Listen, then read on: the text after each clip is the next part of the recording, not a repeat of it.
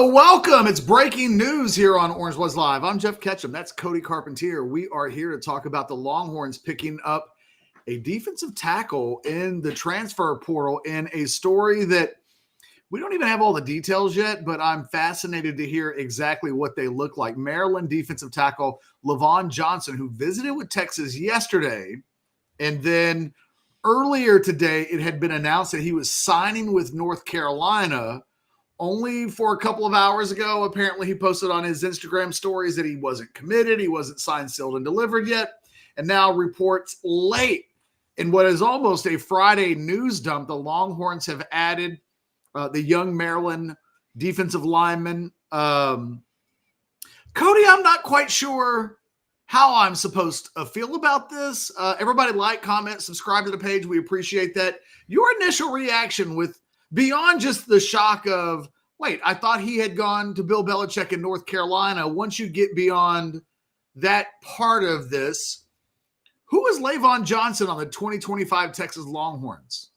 Yeah. Well, first thing that came to my mind was, gosh, I hope they didn't get in some kind of little bidding war here. That was the first thing that came to my mind because we went into a little bit of a breakdown last night on Levon Johnson on Football with Friends, and I wasn't the biggest fan, I guess, would be the kind of way to saying that. And you asked, what is he?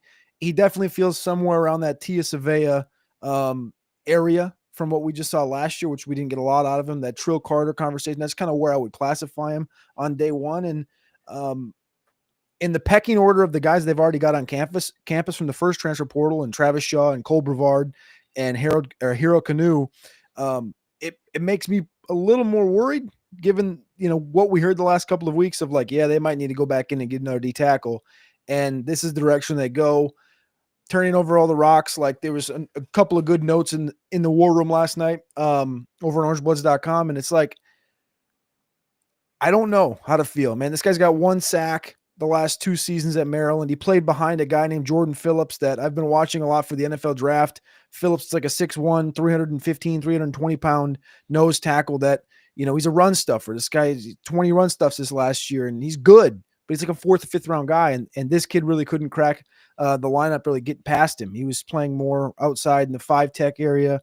If you go look on PFF at his advanced snaps, he lined up everywhere. Nose, D tackle right, D tackle left. He played end. He played 5-tech on both sides. Like he was playing everywhere on the defensive line. They were trying to get him in, so it has to mean something. But he wasn't a mainstay in the rotation. So I'm not sure if he's not a mainstay in the rotation of Maryland, how he's going to crack the lineup consistently at Texas.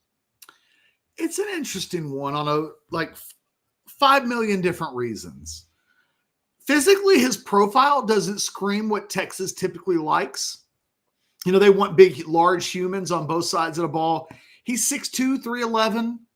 No tiny guy, but not anybody that just off the, there are some of these guys when you look at him and you go, oh, he's 6'5", 345. And you get it. I don't even know if he can play, but boy, he'll just take up space.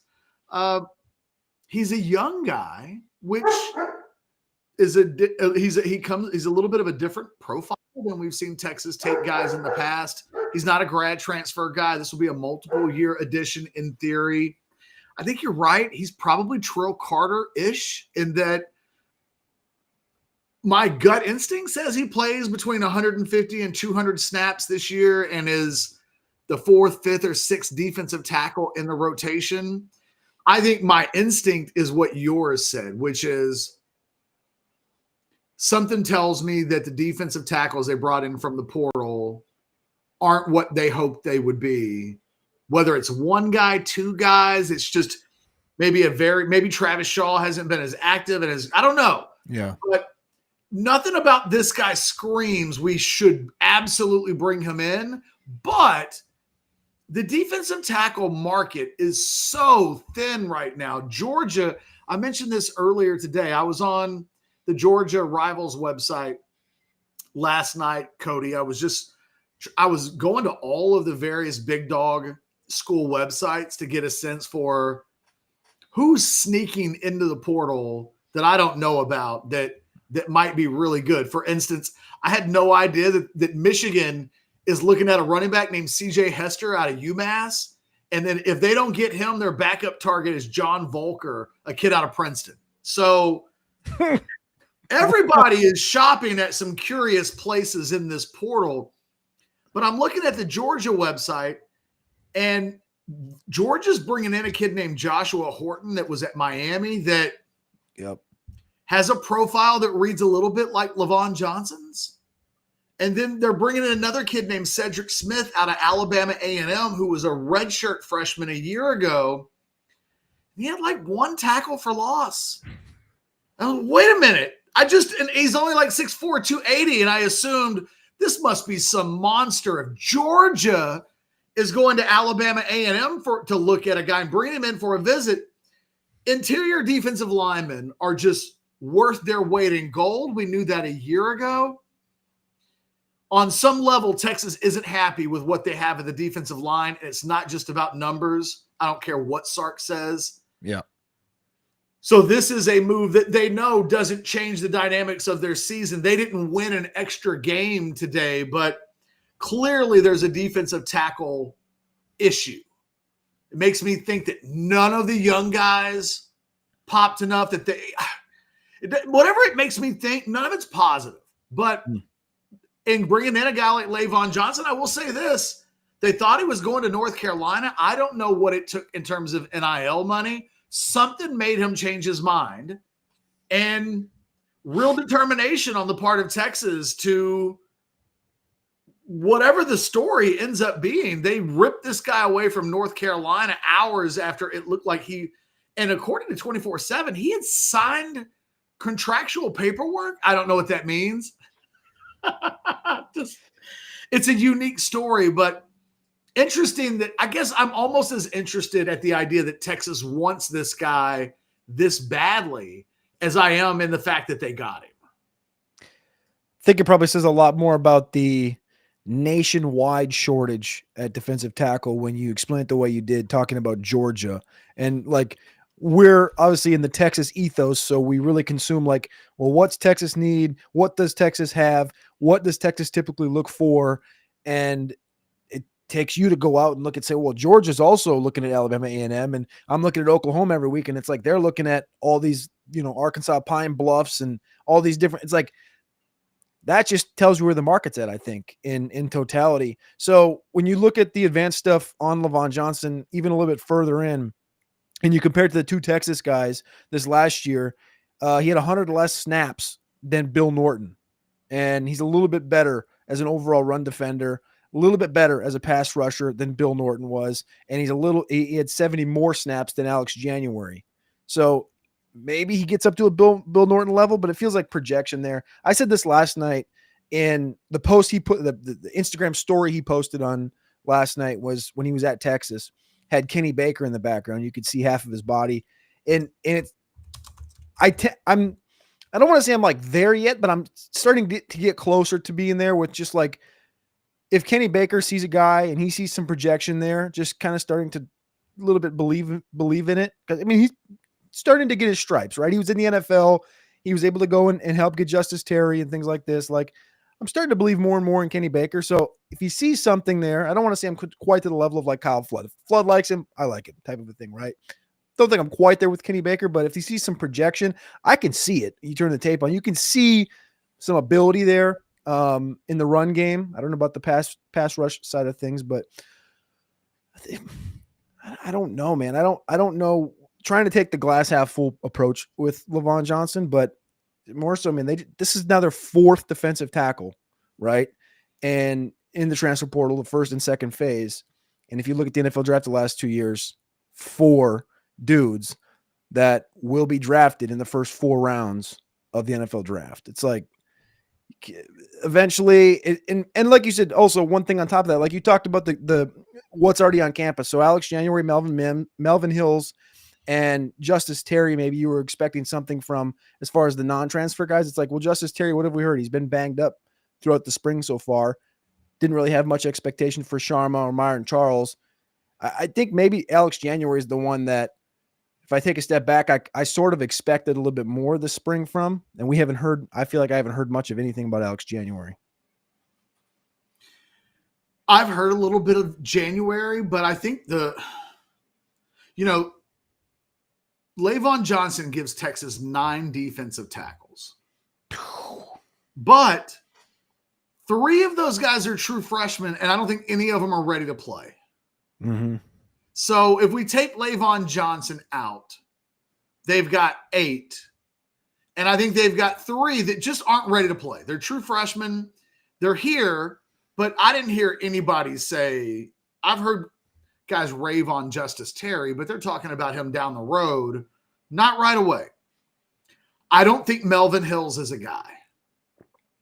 So the moment you do that, you're down to 4: Cole Brevard, Travis Shaw, Hero Canoe, and Alex January.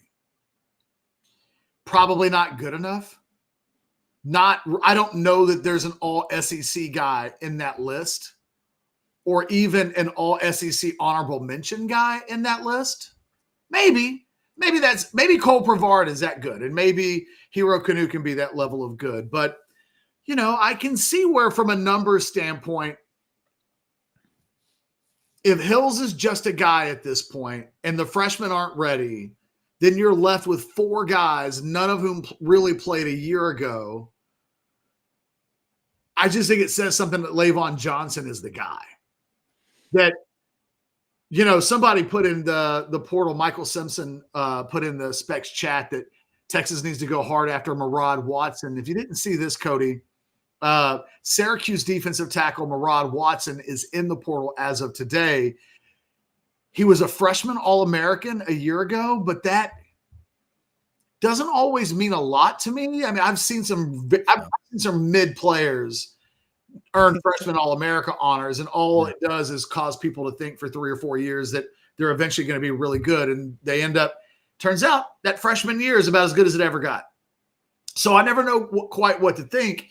He only made 1 tackle for loss. He didn't make a lot of big plays as a freshman, but if you look at Murad Watson's stat log down the stretch, he was playing 60, 70 snaps a game as a true freshman for a 10-3 Syracuse team down the stretch. So he was playing kind of an average of over 50 snaps a game in the final 5 games of the season.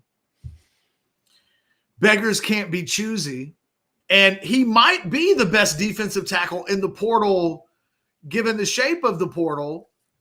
It's interesting that the Texas and Georgias of the world are not waiting around for someone like Watson or somebody else to get in the portal. Texas has brought in its La'Von Johnson. Georgia's bringing in its guys that I don't think are Georgia caliber guys. But clearly these schools are like, look, we need help. It's got to come from somewhere. And if this means the 51st best player on the roster goes from not being a contributor at all to now we've got a guy who's our 5th defensive tackle, okay. I think some of the conversation that we have is always centers around Cody. Is he going to be as good as Tavondre Sweat was last year? Or, we think about the guys that need to be replaced. Yeah. And in reality, what's being improved here is the belly oftentimes of your roster. It's being able to go into a game with 55 guys available that are going to be able to play for you as opposed to 45. And then if you have more high-end players and more players overall who are contributing, it's hard to beat that in a football game over 4 quarters when a team has better talent and more of the better talent.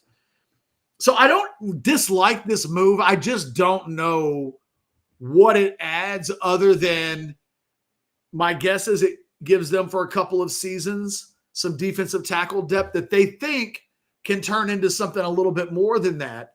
But La'Von Johnson doesn't arrive as a guy that is ready to be a starter. We're not even sure he was going to be a starter at Maryland, but he can play a little bit. And maybe in 2025 in the spring portal, if you need help in the interior defensive line, that's as good as it's about going to get. One question for you. An hour ago, were you thinking about the defensive line or defensive tackle group? Were you just kind of maybe in the thought of like, hey, let's wait until there's some spring games this weekend, like South Carolina, Michigan, Duke, like there's some games and there's potentially a second wave coming on Sunday or Monday. Were you kind of in that mindset maybe thinking Texas might go that direction, given that they had their practice yesterday, and it sounds like they may be getting the weekend off a little bit. Like, is that where you were thinking, or did you think that they were just going to be, this is just what it is? Well, I'm trying to reverse engineer this and think about what I think is going to happen. So Yeah. before this, they're sitting at 80. And I think they're going to add the kicker, Mason Crosby, or Mason Shipley. Sorry. Close enough. I'm going to do that a million times. They're both from right down the road, so it's just easy to do. I think they're going to get the tight end, Jack Hendries. So that puts them at 82. Yep. Without anybody else going into the portal. If they're sitting at 82 and they only have 3 more, man, there's just a lot of needs that I think that they could fill there. I think they need another wide receiver. I think you could make a case that they could use another tight end. I still think they could use help along the offensive line. Every time I see an offensive lineman with starting experience, I think, well, that wouldn't hurt. I go, does he play left guard? Like, I guess here's what I would say. Why doesn't the interior of the offensive line through the portal have as much urgency as the defensive line? Why are they not looking at an interior that has the likes of Cole Hudson and Neto Yamuzalo and some of the guys that are fighting for playing time there? It's like, hey, Nate Kibble's coming on, so maybe he's going to give you some. I don't understand why you would go get a Lavon Johnson to be your 4th or 5th defensive tackle going into this season, and you're not thinking, let's get some starting experience at the very worst so that our swing guard at worst has starting experience at both guard spots or has played some center and some guard or some tackle. It's curious to me, like, which positions get treated with the golden touch in the portal, because we know at defensive tackle, this is their 8th defensive tackle in the portal in the last 2 years. Is it 8? They took 7 or 8. It's either 7 or 8. They took the 2 from Arizona, Savea and Norton. Lole. Maybe it's 7. I don't know. But they've taken a lot. Yeah. They've never taken an offensive lineman through the portal, and this being the 5th year that Steve Sarkisian and Kyle Flood have been on campus. They've not done it once. So if it was me, I would rather have seen them use that number on an interior offensive lineman rather than an interior defensive lineman, if it's about bringing in a guy that's really about adding depth and is an insurance policy. If we're taking insurance policies, then there's a few more I might, but I think it has to speak to what they think about defensive tackle. They have to, at this point, be saying that's a bigger need for us immediately than the interior of the offensive line, which is kind of scary. I think now you look at this and you probably have 2 spots left if no more players enter the portal. Mm-hmm. I don't know what I would do more so than if it was me and I'm taking a kicker and a tight end and I have 2 left. I'm curious what your answer is on this. And I could only take 2 more guys to improve this year's team.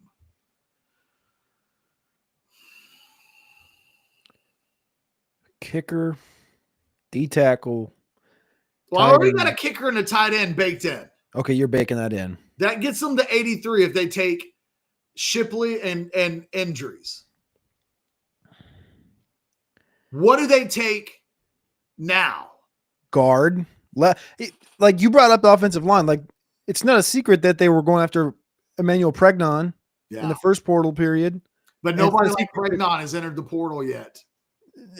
Exactly. And then Pat Coogan, the kid from Notre Dame, like one of my last 2 has to be on an offensive line. Has to be a guy that's at least had snaps on, I would say, on the interior, preferably left/center.